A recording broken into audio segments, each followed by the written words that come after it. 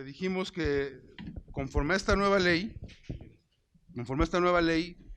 el reparto de utilidades toma la misma base que el impuesto sobre la renta, sin embargo sigue teniendo pequeñas particularidades que lo hacen diferente del impuesto de la renta, CUFIN y CUCA. Y con eso cerramos los temas de ayer y comenzamos con los relativos al día de hoy, que además hoy creo que se van a ir con muchas ideas que tenemos que empezar a trabajar.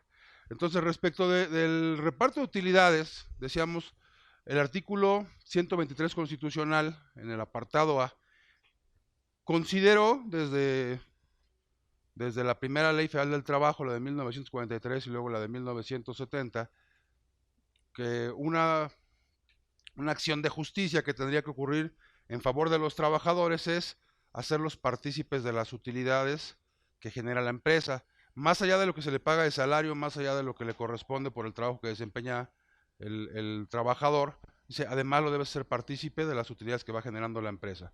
Y se decidió, a través de una comisión para el reparto de utilidades, que la utilidad que le corresponde a los trabajadores tendría que ser del 10% de las utilidades que genera la empresa. Y entonces la Ley Federal del Trabajo, que es ley reglamentaria de este artículo 123 apartado A, nos explica en distintos artículos cómo es que tendríamos que hacer este reparto de utilidades.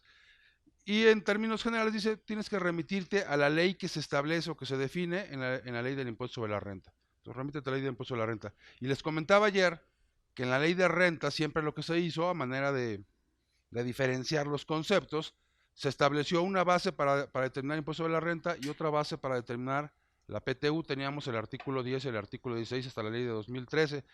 Sin embargo, eso se declaró inconstitucional porque dijo el Poder Judicial, si te está diciendo la Ley Federal del Trabajo que utilices la base de renta, ¿sí?, la base que está en la ley de renta, pero no hagas una diferencia, tendría que ser la misma. Y bueno, finalmente se reconoció en la ley de 2014 esta circunstancia y se unificó la base de PTU y la base de impuesto sobre la renta. Entonces ayer hablábamos de la base de impuesto sobre la renta y decíamos que a efecto de determinar el impuesto sobre la renta, ¿se acuerdan dónde decíamos que se establece la base de renta? ¿En qué artículo? Digo, sobre eso trabajamos ayer todo el día. En el 9, ¿no? Entonces, el 9 dice en la fracción primera que para determinar la base de impuesto sobre la renta tú partes de tus ingresos acumulables, a los cuales le disminuyes. ¿Qué le restamos? Las deducciones autorizadas. Y a estas deducciones autorizadas también le vas a disminuir la PTU pagada. ¿Estamos de acuerdo? Y esta diferencia se llama, ¿cómo se llama esto? No, todavía no llegamos todavía. ¿Mandé? No, todavía no llegamos tan rápido. Utilidad fiscal, en su caso, ¿no? En caso de que los ingresos fueron mayores que las deducciones de la PTU. Eso se llama utilidad fiscal. Esos son los elementos para determinar la base de impuesto sobre la renta. ¿Estamos de acuerdo? Pero para efectos de PTU, ¿se acuerdan por qué decíamos que la PTU es no deducible? Bueno, en principio porque lo dice el artículo 28 expresamente en la fracción 26. La PTU es no deducible. Pero dijimos que en función de la determinación de la base de impuesto sobre la renta, la PTU es no deducible. ¿Qué es la PTU entonces en esta determinación? ¿Mandé? ¿Es qué? ¿Provisionada? No. Pero esta PTU, dijimos, no es deducible porque no está acá. Entonces, ¿cómo es la PTU? Disminuible. ¿Por qué es disminuible y no deducible? Y entonces decíamos, es deducible y no disminuible con la finalidad de que cuando determinemos la base de PTU, la misma PTU no juegue para la determinación, porque sería tanto como decirle al trabajador, te doy PTU, pero por esa PTU que te doy hoy, te voy a disminuir la base del siguiente año. Entonces, ¿qué elementos juegan para determinar la base de PTU?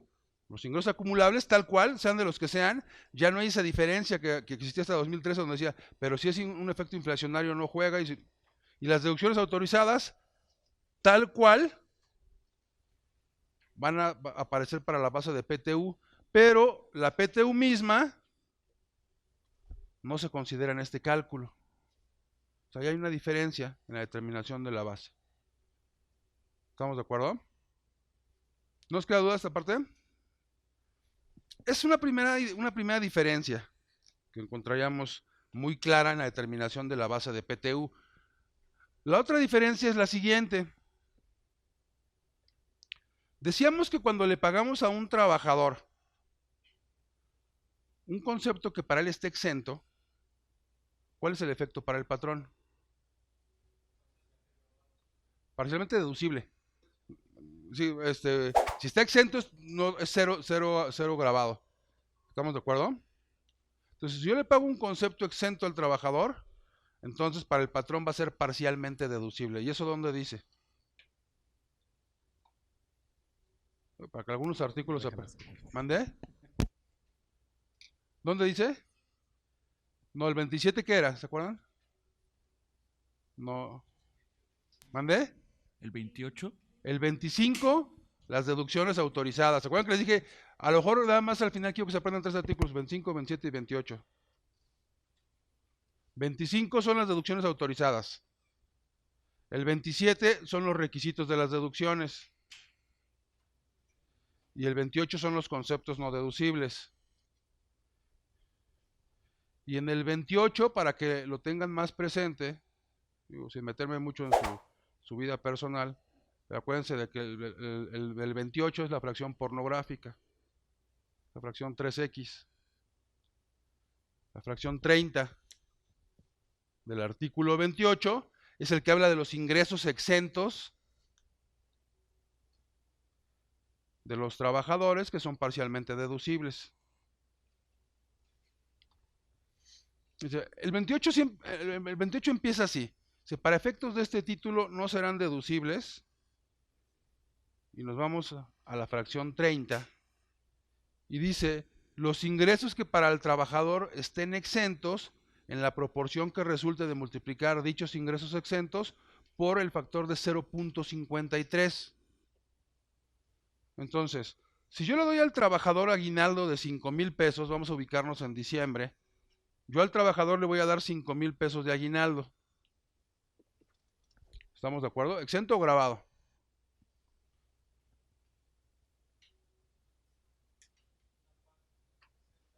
Ok, ¿cuál es la parte exenta? 30 UMAS. 30 UMAS. Entonces, de estos 5,000, 30 UMAS están exentas, que dice el mismo artículo 93. Los exentos están en el artículo 93.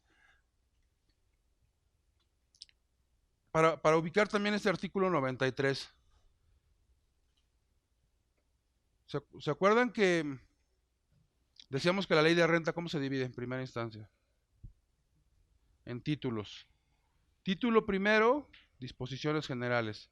Título segundo, que es el que hemos estado trabajando, personas morales. Título tercero, personas morales no contribuyentes. Título cuarto habla de personas físicas. Nosotros vamos a ubicarnos en el título cuarto.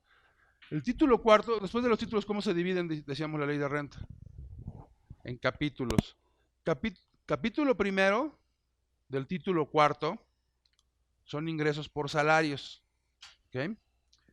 Capítulo segundo, que también platicamos ayer algo del capítulo segundo, son actividades empresariales y servicios profesionales. Capítulo tercero, arrendamiento. 4, enajenación de bienes. 5, adquisición de bienes.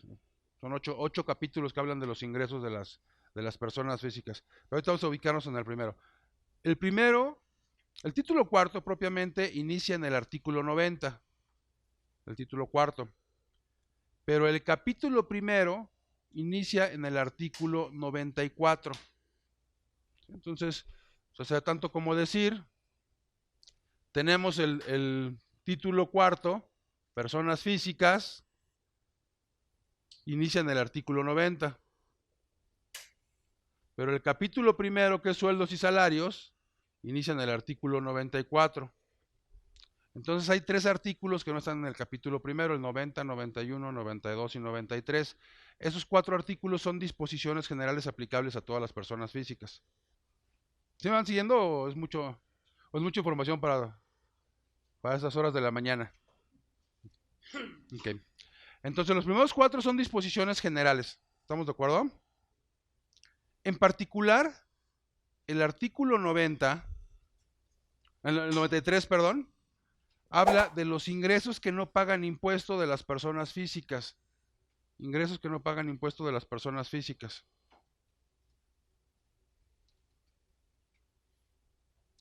Hay quienes le llamamos ingresos exentos de las personas físicas, hay quienes se dicen más técnicos y dicen son ingresos no exentos sino exceptuados del pago del impuesto. Dice el artículo 93, no se pagará el impuesto por la obtención de los siguientes ingresos. Y luego viene una serie de fracciones. De esas fracciones, dijimos que son para todas las personas físicas. Por ejemplo, ahí nos vamos a encontrar, en ese artículo 93, ¿qué pasa cuando ustedes venden casa habitación? ¿Se paga impuesto de la renta en la venta de casa habitación? ¿No se paga? ¿Mandé? ¿Cuál es el importe que está exento? No recuerdo. 700,000 UDIs. 700,000. Sí, porque 7,000 UDIs son 56,000 pesos, no sería nada, son 700,000 UDIs. En ese artículo 93 nos encontramos con esa disposición, que no es para salarios. En ese mismo artículo nos encontramos también, ¿qué pasa si yo le regalo 2 millones de pesos a mi hija o mi hija me lo regala a mí? ¿Se paga impuesto de la renta por ese donativo que sería el... ¿Por qué? Porque los donativos entre ascendientes y descendientes están exentos, lo dice también el artículo 93. Si a ustedes se les ocurre escribir un libro en alguna ocasión, o un artículo periodístico y les pagan por ello derechos de autor, los derechos de autor están exentos hasta por 20 UMAS elevadas al año. Es un tema interesante porque son 50,000 pesos al mes. O sea, ustedes por derechos de autor podrían recibir 50,000 pesos mensuales sin pagar un solo peso de impuestos. O sea, que está interesante, ¿no? Son algo así como 600,000 pesos al año. Y en la misma proporción tampoco se paga IVA. ¿No? Entonces, por ejemplo, a mí por dar un curso, el curso lo puedo dar gratis y me pagan derechos de autor porque di los libros. Entonces, libre del pago de cualquier impuesto, ¿no? Por ejemplo. Si no es que lo hagamos, ¿no? Pero, pero podría ser. ¿Sí? ¿Vamos bien? Pero las primeras 17 fracciones de ese artículo 93 son ingresos exentos de personas físicas en el régimen. Decirle que su Operación operación fue real. Le están haciendo, o puede que le hagan una revisión por el reclamo al causante, porque para demostrar evidentemente que fue real, independientemente de demostrar el respaldo, pues había que ver su contabilidad, cómo fue aplicado, cómo fue pagado, etc.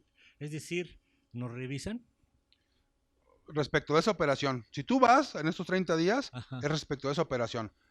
Pero si pasan los 30 días, a ver, en esos 30 días tú puedes hacer dos cosas. Desvirtúas la presunción de la autoridad. Dices, bueno, mira, sí salió, sí apareció en el segundo listado, pero mi operación fue real. No sé, aquí están las cosas y te demuestro. ¿Estamos de acuerdo? O dos, que ya nos pasó en estos días, ¿no? Hemos estado platicando con los clientes y comentándoles respecto a los alcances penales que va a tener la medida y recomendándoles, yo no sé tus pecados, yo aquí hago contabilidad y te asesoro financiera y fiscalmente, pero si algo tienes, yo te recomendaría que y ya hay clientes que han venido con y marcado ahí, ¿no? Mira, aquí están mis pecados, ¿qué hago, no? Entonces, esos clientes, cuando aparece el proveedor en los listados, una de dos, o desvirtúa, o dos, dice el SAT, venme a pagar lo que no me pagaste. Así que, ¿cuánto te ahorraste por esa facturita? Pues el 30 de renta y el 16 de IVA. Ven, voluntariamente no va a pasar nada. A lo mejor te voy a regañar un poquito. Me pagas lo que me debes. Actualización, recargos, no hay multa porque vienes espontáneamente y ahí lo dejamos. Es decir, no va a tener alcances penales el concepto. Porque aquí hay la comisión de un delito. Entonces ven tú y paga. ¿Estamos de acuerdo? Eso podría pasar. Es una de dos, o desvirtúas o pagas. Pero como pasa en la generalidad de los casos, es un área de oportunidad para todos, ¿no? Nosotros lo estamos trabajando ya, lo estamos implementando. ¿Cuántos de ustedes están al pendiente de las listas? ¿Mandé?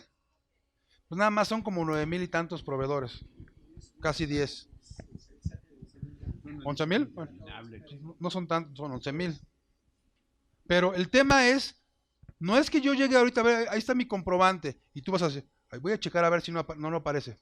Vale, no, es que ese listado puede ser de ahorita, o puede aparecer el proveedor ahorita, pero tú celebraste una operación única con él hace 4 años. Y entonces el SAT, todo es electrónico. Desde 2012 todo es electrónico. El SAT nada más avienta una peinada en el XML, dice, mira, aquí están en los listados, y de los listados saca las ramificaciones de todas las operaciones. Y las más importantes, aviéntale una revisión. De 2000, dice Miguel, de 2015 o de 2016, o tuvimos una de 2017. De 2017 dice, acaba de aparecer el proveedor y vienen a hacerme una revisión. Pero a mí se me pasaron los 30 días de la publicación. ¿Por qué? Porque fue una operación de 2017. O sea, ¿yo qué iba a saber de 2000? O sea, para adelante o para ahorita te lo reviso, pero, o sea, voy a tener que estar revisando. Cada que actualice la lista, me aviento para atrás otra vez. Sí, va a haber que hacerlo. Entonces llegó la revisión y tienes un proveedor publicado y tuviste una operación por $1,000,000 y no sé qué y no sé cuánto. Y ese proveedor publicado pudiera haber sido por el último de los supuestos, simple y sencillamente porque estaba como no localizado. Por eso apareció. Y estando localizado, les decía yo en un curso, no sé si ayer o antier, simple y sencillamente porque el proveedor era un señor ya grande que estaba solo, no tenía nadie. Bueno, ahí está el cuerpo todavía dentro de la empresa y el señor ya nunca volvió a salir. Se murió y cuando fueron a buscarlo, pues no localizado. Y cuando apareció en el listado, pues ahí está adentro el señor, ¿no? ¿Y yo qué? O sea, yo hice una operación real con el señor. Y para acreditar 2 comprobantes fiscales que teníamos con ese proveedor, o sea, llevamos un paquete así de 500 hojas, ¿no? Alguna cosa así para desvirtuar. Y aparte, casi de favor, me dijeron, oiga, pero dejó pasar los 30 días. Sí, pero la operación es real. Si no es ahorita, va a ser en un juicio. Entonces, y nos validaron las operaciones. Pero el riesgo es ese, ¿no? Entonces, ¿por qué digo que es un área de oportunidad? No porque ahorita menos que nunca vender facturas, ni comprar facturas, ni nada. Pero es un área de oportunidad porque esos aspectos de control que tenemos que implementar, lo vamos a tener que hacer, pero lo vamos a tener que cobrar. O sea, cada que salga el listado, peina. Para atrás. Y para adelante, ¿no? Sigamos, ¿no? Sí.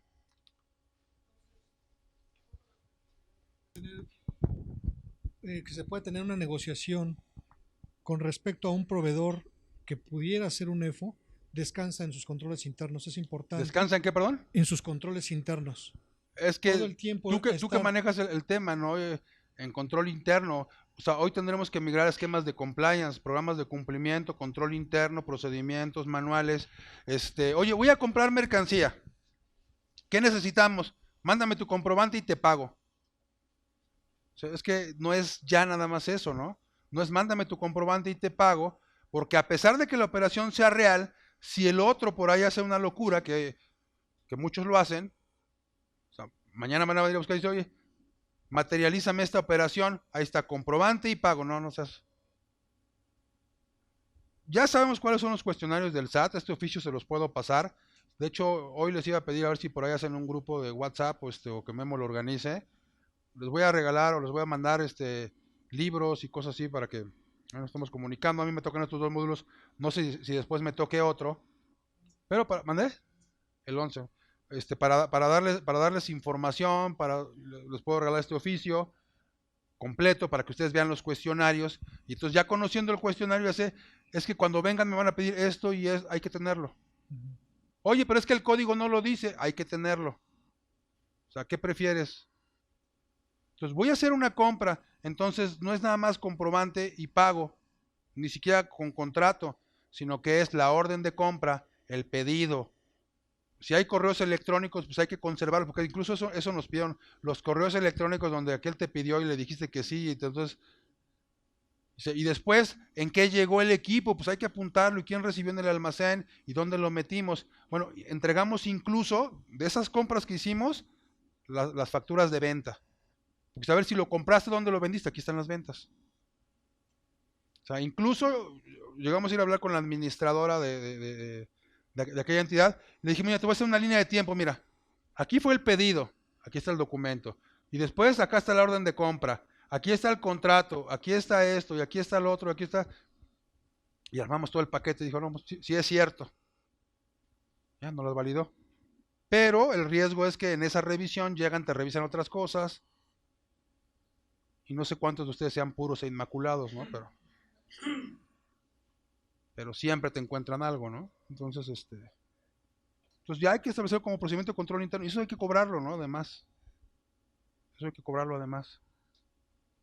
Para evitar estos riesgos. Porque aquel pudo haber caído como EFUS, pero tú tienes todo bien. Desvirtúa la operación. Pero además, preferentemente en los momentos oportunos, porque si no vas a llegar a la revisión o te vas a tener que ir a un juicio, aunque en el juicio lo demuestres, pero no sé si ustedes conocen abogados gratis. Entonces implica costos, ¿no? ¿Mandé? La Prodecon dirán ustedes, ¿no?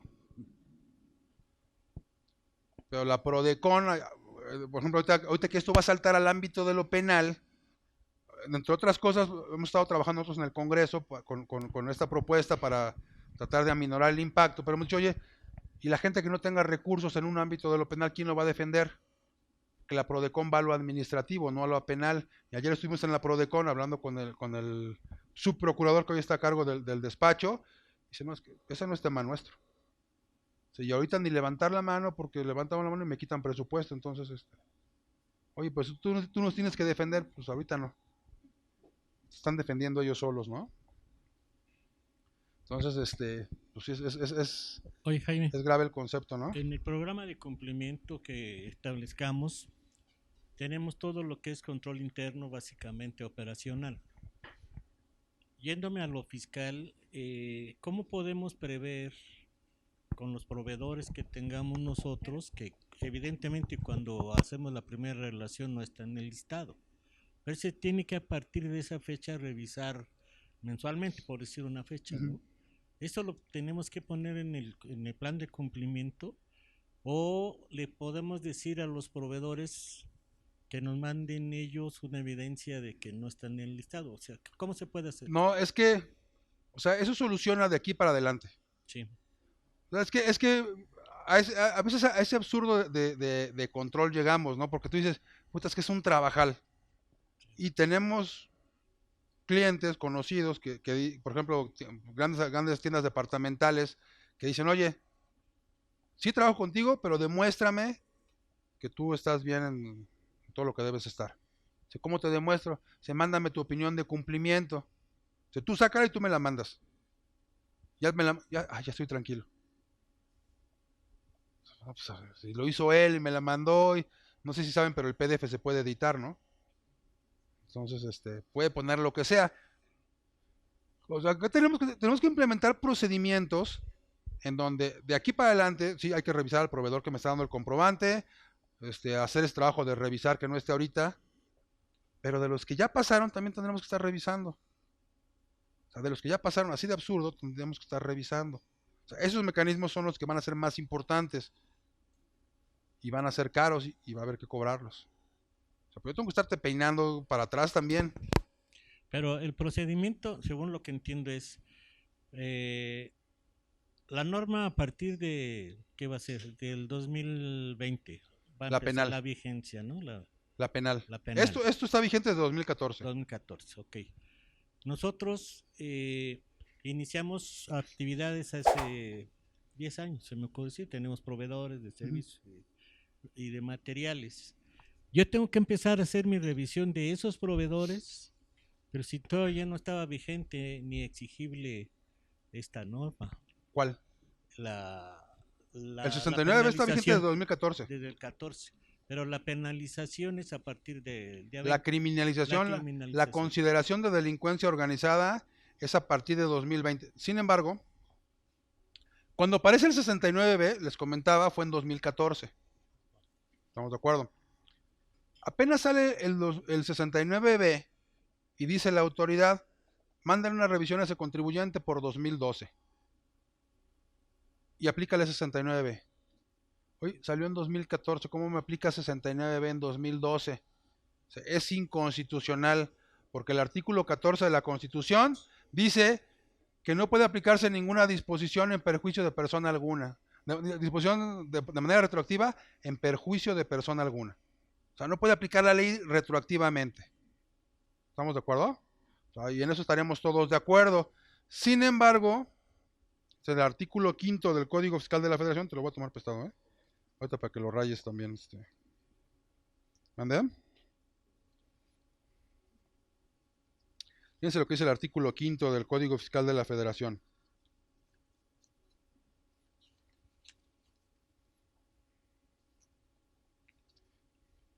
Me dicen que luego salen preocupados, pero...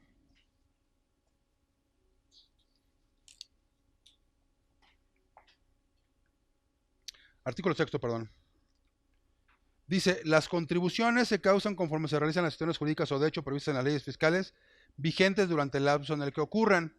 Si a mí me revisan 2012, ¿me podrían revisar YETU? Estamos en 2014, ¿me podrían revisar 2012 y revisarme YETU? Sí. ¿Estamos de acuerdo? A mí me revisan 2012, me van a revisar renta, pero estamos en 2014 y la ley de renta vigente nace en 2014 precisamente. ¿Con qué ley me van a revisar el ISR de 2012? ¿Con la de 2014 o con la de 2012? Con la de 12. Con la de 2012, porque aquí dice, las contribuciones se causan conforme se realizan las acciones jurídicas o de hecho previstas por la ley. ¿Estamos de acuerdo en esa parte? Sin embargo, dice, en el segundo párrafo, dichas contribuciones se determinarán conforme a las disposiciones vigentes en el momento de su causación, lo que platicábamos, pero les serán aplicables las normas sobre procedimiento que se expidan con posterioridad. Les serán aplicables las normas de procedimiento que se expidan con posterioridad. Entonces, para efectos sustantivos, para efectos de cómo se calcula el impuesto, la que estuvo vigente en su momento. Para efectos adjetivos o de procedimiento, las normas que estén vigentes en el momento en que se lleve a cabo el procedimiento. Esto es, si hoy tuviera que pagar, por ejemplo, que hubiera estado yo en pleito y bla, bla, bla, desde hace 20 años con el SAT, si hoy tuviera que pagar un impuesto de hace 20 años, ¿cómo se pagaban hace 20 años los impuestos? Digo, los que estaban todavía en esa época, a mí me tocó leerlo nada más. No hace 20 años, ¿cómo se pagaban los impuestos hace 20 años? ¿En el Declarasat o en el...? No, ¿Mandé? Formas impresas en la máquina de... Si yo tuviera que pagar un impuesto de aquellas fechas hoy, meto mi forma impresa con rosita y blanco y... ¿Así le haría? ¿Cómo le haría para pagar un impuesto de aquellas? Con los procedimientos vigentes hoy. A eso se refiere. Procedimientos los de hoy, leyes las de aquel entonces. ¿Sí vamos bien esa parte? Cuando el SAT manda revisiones de 2012 con 69B, el contribuyente se defiende alegando que es inconstitucional porque está dándole efectos retroactivos a una norma que se acaba de publicar en 2014. Y la Suprema Corte, dicen que hay medio maiceada, ¿no? Se pronuncia en el sentido de decir, sí, está aplicando una norma posterior a la fecha, pero no es una norma sustantiva, es una norma adjetiva. Es una norma de procedimiento, porque te está diciendo actualización por todas las contribuciones que hayas omitido en un año de calendario. Un año de calendario. O sea, súmale renta, súmale IVA, y en su caso, si eres contribuyente de IEPS, también. ¿Sí? O sea, puedes llegar a esa cantidad con un comprobante de unos 20, 25 millones, o varios. Ese sería el supuesto. Bien. 113. Se impondrá sanción de 3 meses a 6 años al que expida, adquiera o enajene comprobantes fiscales que amparan operaciones inexistentes, falsas o actos jurídicos simulados. Aquí le quisieron poner mucha crema a la redacción. Está mal la redacción y se los he dicho. Porque dice aquí, a quien expida un comprobante fiscal, sí, hay quien expide el comprobante fiscal. Pero después dice, a quien adquiera o enajene. Lo que les digo aquí es que aquí no hay ni quien adquiere ni quien enajena, porque enajenación en términos del artículo 14, fracción primera del Código Fiscal, significa transmitir la propiedad de un bien y la factura no se la estoy vendiendo. O sea, antes en Santo Domingo sí eran ventas, pero hoy bajo la modalidad de comprobante fiscal que conocemos, no lo estoy vendiendo. Lo estoy expidiendo y en todo caso el delito del otro es darle efectos fiscales, no comprarlo. O sea, no hay quien compre y quien vende, no se venden los comprobantes, no se pueden vender. No te puedo transmitir la propiedad porque el comprobante ni es tuyo ni es mío. ¿Se me explicó? O sea, a mi parecer aquí la redacción está mal, y hablando de temas de orden penal, la tipicidad del delito tendría que estar perfectamente delimitada y no lo está. Pero bueno, así es como está. Se modificó esto, también se adhiere un artículo 113 bis, y en el 113 bis, que es una reforma de abril que ya está ya aprobada, básicamente al que se sanciona en primera instancia y de manera principal es al que expide los comprobantes, al EFOS. Y se aumenta la penalidad para los EFOS. Y ha dicho el procurador fiscal, es como los narcotraficantes, es como si hubiéramos en delito de narcotráfico. Los criminales, los grandes criminales son los dos, el que adquiere el comprobante y el que lo expide. Pero si lo viéramos en un símil con el narcotráfico, dice él, el EFOS es como el narcotraficante y el E2 es como el consumidor. Así es, pero los dos lo están cometiendo el delito los dos. ¿Qué? Artículo 113 bis, impone sanción de 3 a 6 años de prisión al que expida o enajene comprobantes fiscales, aunque esta enajenación no existe, pero bueno, aquí le pone así, que amparan operaciones inexistentes, falsas o actos jurídicos simulados. Al EFOS le cancelan el certificado de sello digital y ya decíamos, al E2, ante la reforma, queda con esa posibilidad de que también le cancelen el certificado de sello digital. Pues bueno, hay riesgos para los dos. Es un delito aparte, sin embargo, pudiera ser consecuencia incluso de la venta de facturas, porque les queda claro el efecto carrusel, ¿no? Sí. Empieza en un E2 el dinero, empieza a dar vueltas en los E2, en los EFOS, perdón, y termina en un E2. Entonces, la última fase del proceso es que el EFOS le pregunta al E2, ¿cómo quieres tu dinero?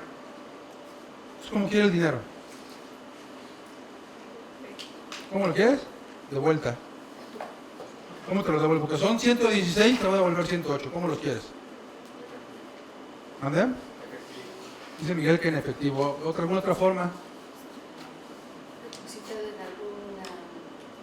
Lo deposita. Sí, porque si son 200,000 pesos, pues sí, efectivo, ¿no? Aquí no trae 200,000 pesos en la bolsa. ¿No? Sin embargo, lo han visto ustedes todos los días en los noticieros, ¿no? Oiga, va saliendo de la institución bancaria, pasa uno y lo asaltan entre dos, le meten 3 balazos y le quitan 1,000,000 de pesos. ¿Por qué llevaba 1,000,000 de pesos saliendo del banco? Pues es que tenía que hacer unos gastitos, ¿no? ¿Ustedes qué piensan? Porque además es bien común, ¿no? Y pasó la moto y el del banco ya sabe que viene todos los 30, 28, entre el 28 y el 30 de mes, viene a sacar dinero en efectivo y se lo dan en la puerta del banco y ya está y se los quita, ¿no? Sacase con 300,000, ¿qué creen que estén haciendo? ¿Pagando rayas? Nunca se han preguntado, oye, qué grave está la situación, ahora ya cualquiera que ande con 1,000,000 de pesos en la calle lo van a asaltar. Si no, ya no voy a andar con 1,000,000 en la calle, ¿no? O sea, ¿qué andarán haciendo? ¿Ande? Sí, lavado de dinero, pero ¿en qué modalidad? Quizá incluso en esta, ¿no? Sí, porque un narcotraficante no deposita y dice, oiga, vengo a hacer un retiro porque necesito ir a comprar fertilizantes, ¿no? O sea, normalmente es esto. Es efectivo. Entonces, a uno ya se le aplicaron 2 o 3 veces. ¿Va a seguir sacando efectivo, como dice Miguel? Entonces dice Marta, que me lo depositen a una cuenta de quién, Marta. ¿A una cuenta de quién quieres que te depositen? ¿Algún familiar de los socios? ¿Algún familiar de los socios les gusta? ¿Qué familiar les gusta y le tiene la confianza para abrir una cuenta con 3, 4? Dice Rodrigo que matamos 2 pájaros de un tiro, que a la suegra. ¿No? ¿Mande? Que no te oiga. Sí, que no me oiga ninguna de las tres suegras, ¿no? Dice. ¿Mande? Más peligroso, ¿no? O sea, un familiar. Sin embargo, también hay un oficio, se los voy a mandar. El SAT, no sé si han visto cuando agarran a organizaciones, atrapan a un criminal y entonces tejen las organizaciones criminales y entonces hasta en los programas esos de detectives, ¿no? Pero también en México lo hacen, aunque no creo. Tejen. Entonces está aquí el criminal, la cabeza del cártel y luego las redes que se van tejiendo y toda la gente que está involucrada, etcétera, etcétera. Esas redes las tiene el SAT de RFCs. Se le va a mandar el oficio. O sea, ya sabe que es el contribuyente, el posible EDOS o EFOS, lo que sea, su esposa, sus hijos, sus hermanos, su suegra, dice Rodrigo también, su mamá, su papá, Entonces pueden hacer seguimiento hasta, son 3 niveles para todos lados de RFCs. O sea, si los socios de las empresas que se presume y toda esa red lo que tiene, o sea, en eso trabaja inteligencia de la Unidad de Inteligencia Financiera de la Secretaría de Hacienda. Para efectos de lavado. Efectivo, dice. ¿Y luego qué va a hacer con el efectivo, Miguel? Suponiendo que no te asalten saliendo. ¿Qué harías con el efectivo? Dice, ya es dinero limpio, ¿no? Libre. ¿Qué haces con el dinero? ¿Cómo que te compras?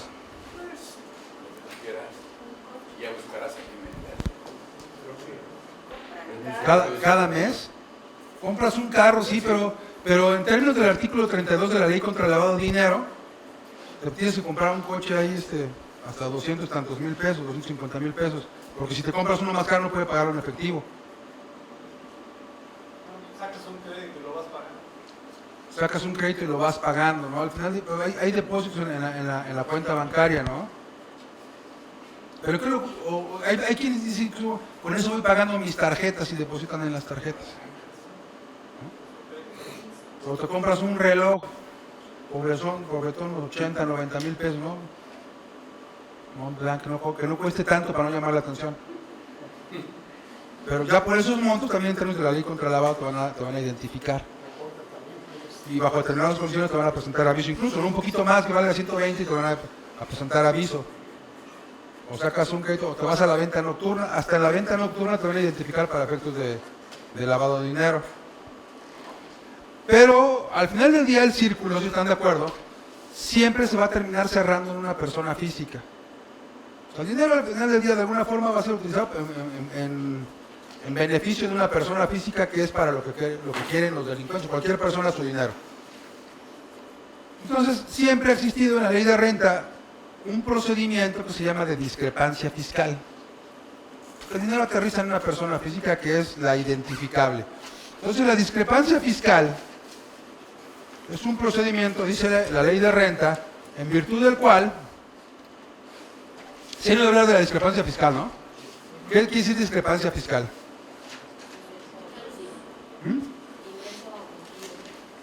Ingreso omitido. Existe una relación entre ingresos y egresos factible de hacer un movimiento económico, ¿no? ¿Entre ingresos y egresos? Sí. La relación que buscamos en la discrepancia son ingresos y egresos. Entre los ingresos acumulables y las deducciones autorizadas, que hay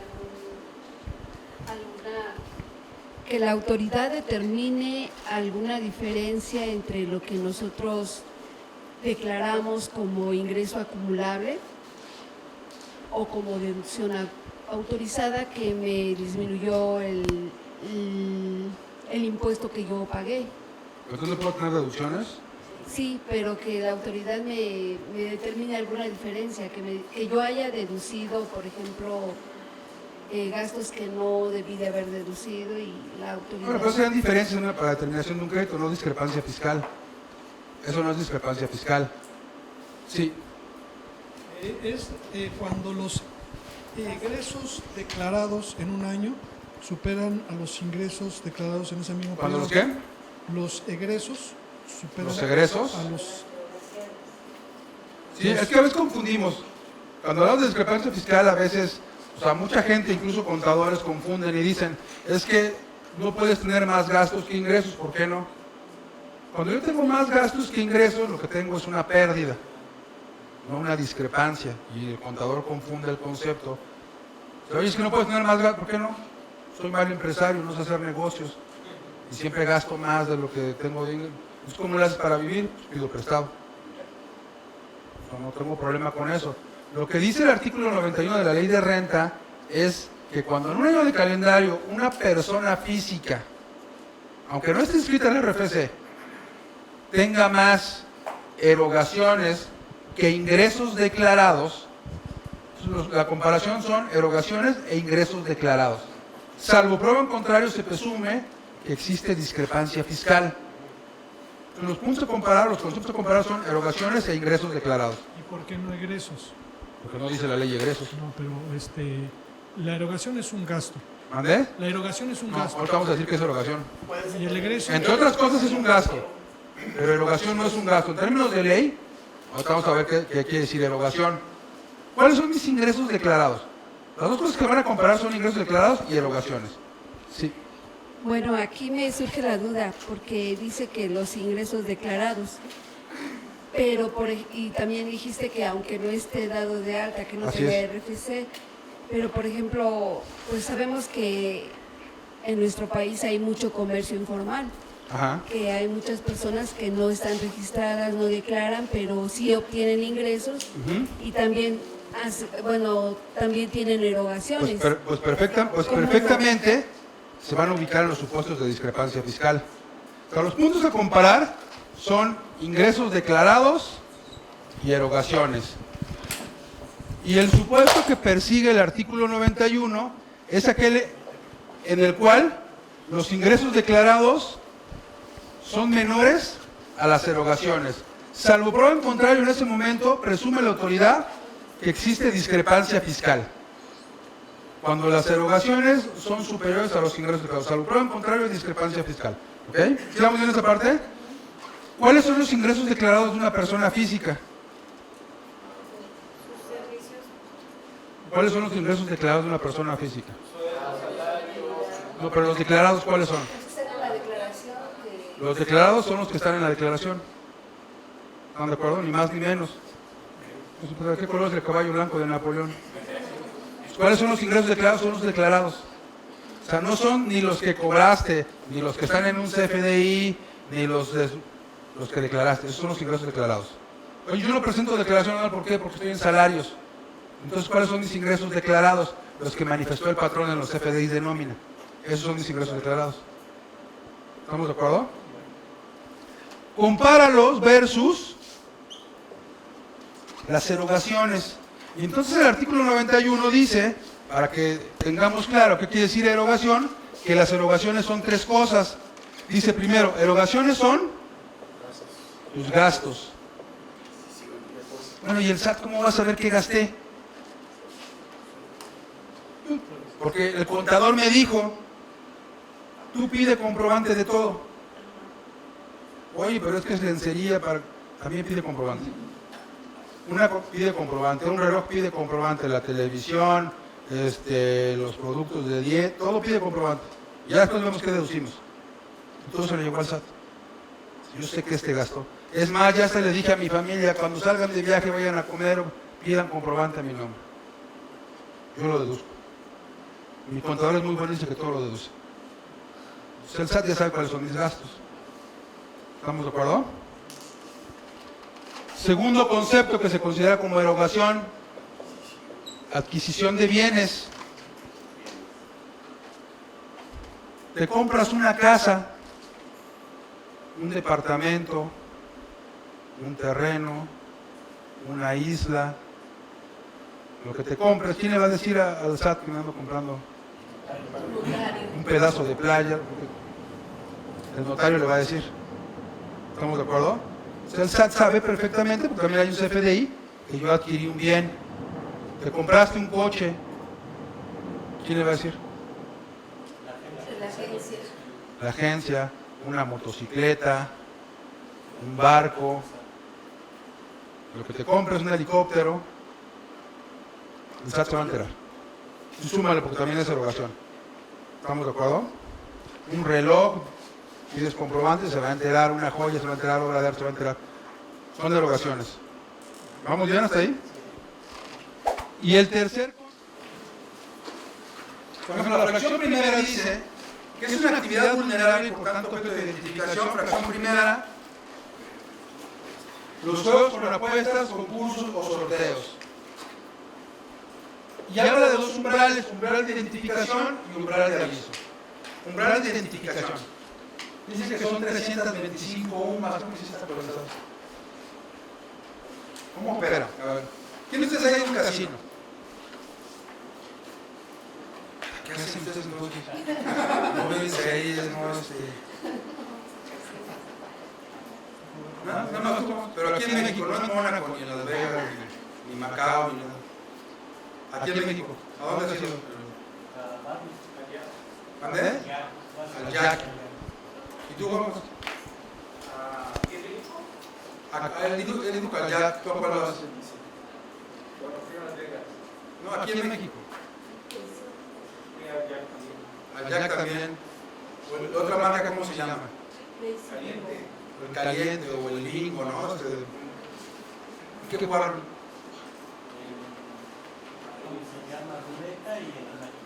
Ruleta de maquinitas, ¿no?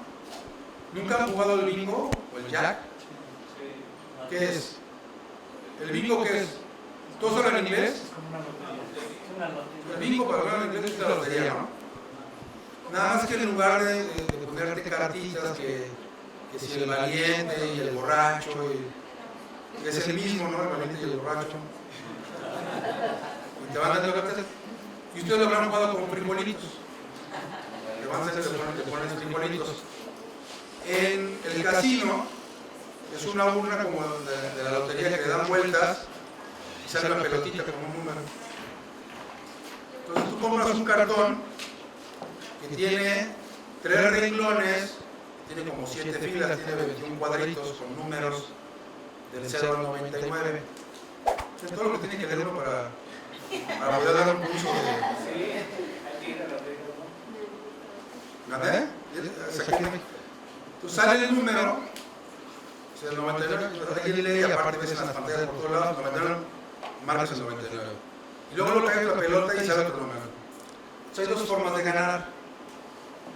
Una, que tú marques todos los números que tienes en una fila. Sí, y entonces, cuando llegan los números de una fila y eres el primero, gritas línea. A veces te equivocas, va bien rápido. Si te equivocas, lo que va a pasar es que todos van a hacer... Te van a decir, no está la línea. Pero si la atinas, te van a poner ahí una cosa como un trofeo, un señalador ahí, que sepa que tú ganaste la línea y sigue la lotería, o el bingo. Siguen cayendo números. Y cuando llenas tu cartoncito, gritas bingo. O si estás en otra marca, gritas jack. Entonces, igual, si te equivocas, otra vez estás ganando. Si no, dices, bueno, ya ganó. Entonces, como es un sorteo que se juega en distintas sedes y que van acumulando, no sé qué, no sé cuánto, como te puedes ganar 600 pesos, como te puedes ganar 50,000 en un auto, no sé, varias cosas puedes ganar ahí, ¿no? Eso es propicio para lavar dinero. Porque alguien se podría ganar el bingo y entonces yo me acerco y digo, oye, te compro tu premio. Entonces yo voy y cambio el premio, le doy un poquito más a él, me dan a mí el premio, me dan la constancia de que gané el premio y entonces el dinero aparentemente ya está limpio, pero lo mismo pasa con la Lotería Nacional o con pronósticos deportivos o con el boletado, con todo eso. ¿Estamos de acuerdo? Es actividad vulnerable. Entonces dice la fracción primera que si el monto de lo que vas a jugar, las fichas que compras o lo que te recargan en la tarjeta o el premio que te ganas excede 325 o más,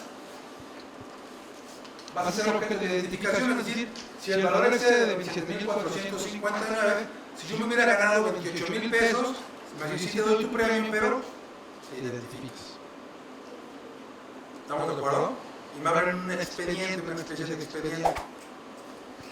Pero si el monto del premio excede de 645 o más, entonces además de que me van a identificar, el casino va a presentar un aviso donde va a decir, vino este, se ganó un premio, te aviso nada más para que sepas.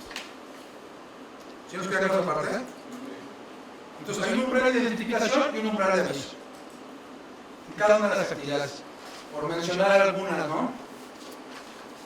La emisión, es actividad vulnerable la emisión o comercialización de tarjetas de crédito, débitos o servicios que emitan instituciones distintas al sistema financiero. ¿Qué institución distinta al sistema financiero me da una tarjeta de crédito, débitos o servicios? Liverpool o el Palacio. Cuando el monto acumulado sea superior a 805 o más, me van a identificar. O sea, a lo mejor no tengo mucho dinero, pero tengo mucho crédito. Entonces voy a la venta nocturna y que me compro la sala, el comedor y eso. Me paso de este número, me van a identificar. Y si me paso de este otro, me van a presentar un aviso. ¿Qué quiere decir? ¿Que estoy lavando dinero o no? Pero si no tienes forma de justificar tus ingresos, pudiera haber una presunción de que estás lavando dinero. ¿Sí vamos bien esa parte? Las tarjetas prepagadas, las de música, de libros, de regalos, lo que ustedes quieran, siempre que sean de 645, vamos a decir 54,000 pesos, objeto de identificación, pero a la par de presentación de avisos. Incluidas, por ejemplo, las tarjetas de despensa, los vales del restaurante, objeto de identificación y presentación de avisos, cheques de viajero, las operaciones de mutuo crédito préstamo, distintas al sistema financiero, las casas de empeño, las cooperativas de ahorro, objeto de identificación y presentación de avisos en todos los casos, pero cuando pase de este monto, además va a ser objeto de presentación de aviso. Servicios de construcción, cuando desarrolles en favor de un tercero que lo va a vender, objeto de identificación y presentación de aviso. También en los supuestos están aquí marcados. Metales preciosos, piedras preciosas, joyas y relojes. En estos montos, objeto de identificación y objeto de presentación de aviso. Les decía, un reloj de 60,000 pesos me van a identificar. Pero si vale arriba de 135,000, además van a presentar un aviso. Que es más o menos el estándar de relojes que tienen ustedes. Identificables y objeto de presentación de aviso. Obras de arte, estos son los parámetros.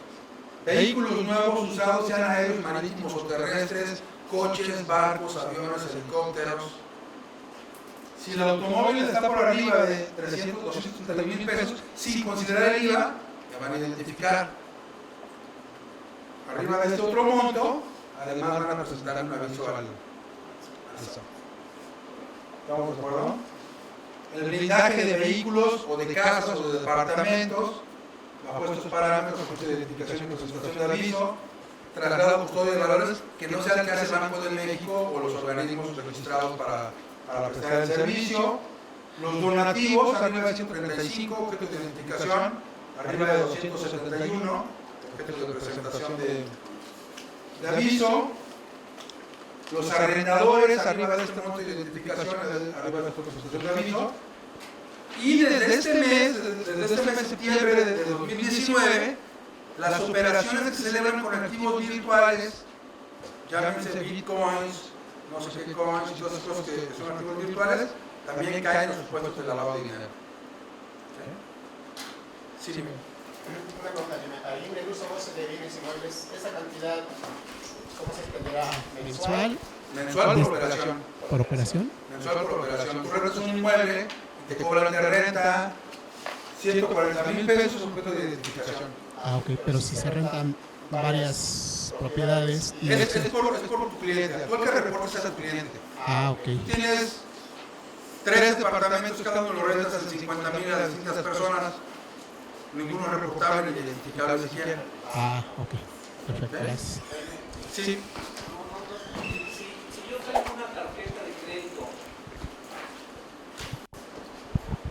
tengo una tarjeta de crédito, tengo 1,000,000 de pesos de crédito y voy y compro un vehículo de 500,000 pesos, ellos que o solamente es con efectivo. No, como sea. Lo De hecho, este monto de 3,210, en términos del artículo 32 de esta ley, prohíbe que una operación de ese monto para arriba sea en efectivo. O sea, tú no podrías comprar un coche ni en la calle ni en ningún lado que valga 272,000 pesos, por ejemplo. Pero si te compras uno de 275 y pagas con tu tarjeta de crédito, te van a identificar. Pero si te compras una camioneta que cueste 550,000 pesos, entonces además de que te van a identificar, van a presentar un aviso al SAT. Y el SAT se lo va a compartir a la UIF. Y juntos te van a poder investigar. Entonces, ese umbral de UMAS sería el límite hacia abajo donde yo podría adquirir algún bien en efectivo. Sí. Sí, que no es eso es en el artículo 17, pero en el artículo 32, el umbral, en lo general es este mismo. Es este mismo el umbral. Sí, arriba de ese monto no se puede, está prohibido celebrar las operaciones en efectivo. Y si lo haces estando prohibido, te pueden poner sanciones que van incluso hasta 3 veces el valor del vehículo. O sea, por ejemplo, que tú vas a un tianguis de autos los domingos, yo sé que ustedes no lo hacen, ustedes no compran coches usados. Pero que un día se les ocurriera ir a comprar un coche de 300,000 al tianguis de autos, van con sus 300,000, cuando están pagando, llega personal de la fiscalía y los detienen. ¿Qué? Estaba comprando un coche, ¿cuánto cuesta? 300,000.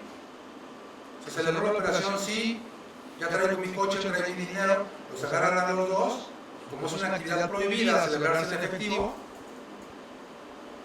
entonces cometen el delito que está contemplado en la ley, les confiscan el bien y además les ponen una multa del tamaño de...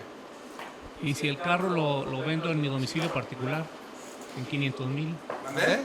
Si tengo un vehículo usado y lo vendo en 500,000. En efectivo. En efectivo. No, pues en tu caso te puedes vender hasta droga, ¿no? Mientras no te cachen,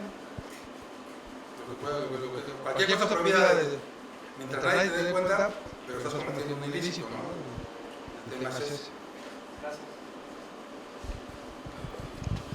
Bueno, y esta es Ahora, y en estos supuestos, oye, me compré un coche de 273.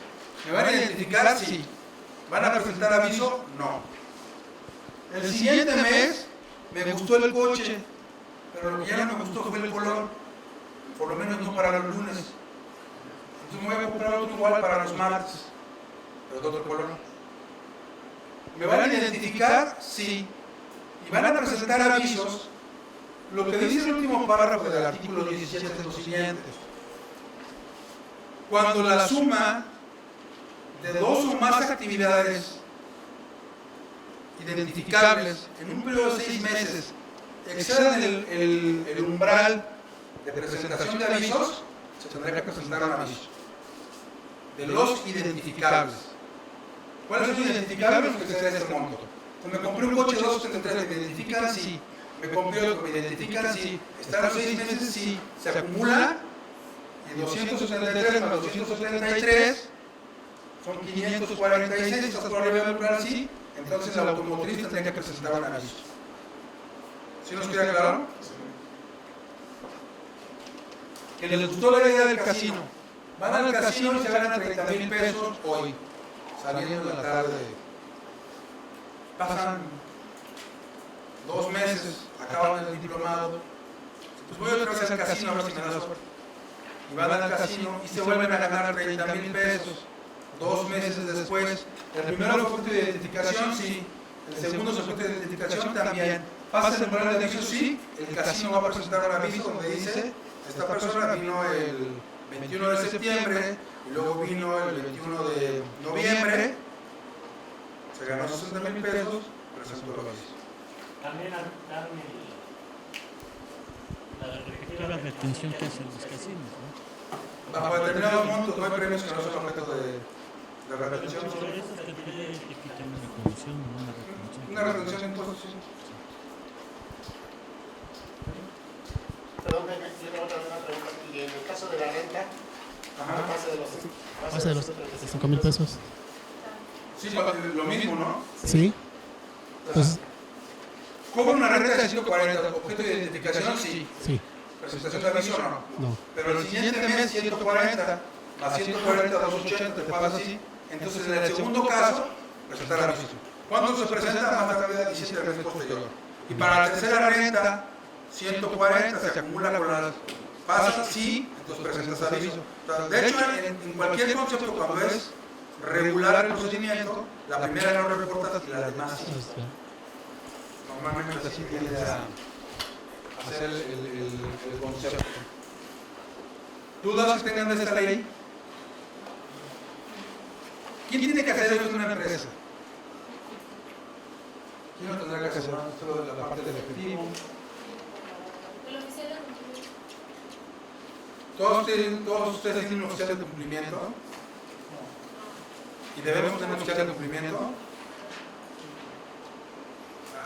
Deberíamos, ¿no? Pero ¿quién tiene la capacidad financiera para tener en su empresa un oficial de cumplimiento? Es una figura que tendríamos que pensar, un servicio que tendríamos que empezar a pensar en militar, porque no es nada más para lavado. Porque hoy el oficial de cumplimiento tiene que vigilar que se cumplan políticas y procedimientos en distintas áreas, incluida la fiscal, sobre todo con esta reforma que se viene. Sobre todo con esta reforma que se viene, en donde hay implicaciones de carácter penal que yo creo que tenemos que empezar a vigilar. Entonces, seamos o no sujetos obligados en términos de esta ley, hay que empezar a pensar cómo podríamos empezar a institucionalizar este tipo de procedimientos y de cuidados y de diligencias que son bien necesarios para las empresas. ¿Dudas que tengan? Lo hemos platicado. Que tomamos mucho de la El oficial de cumplimiento que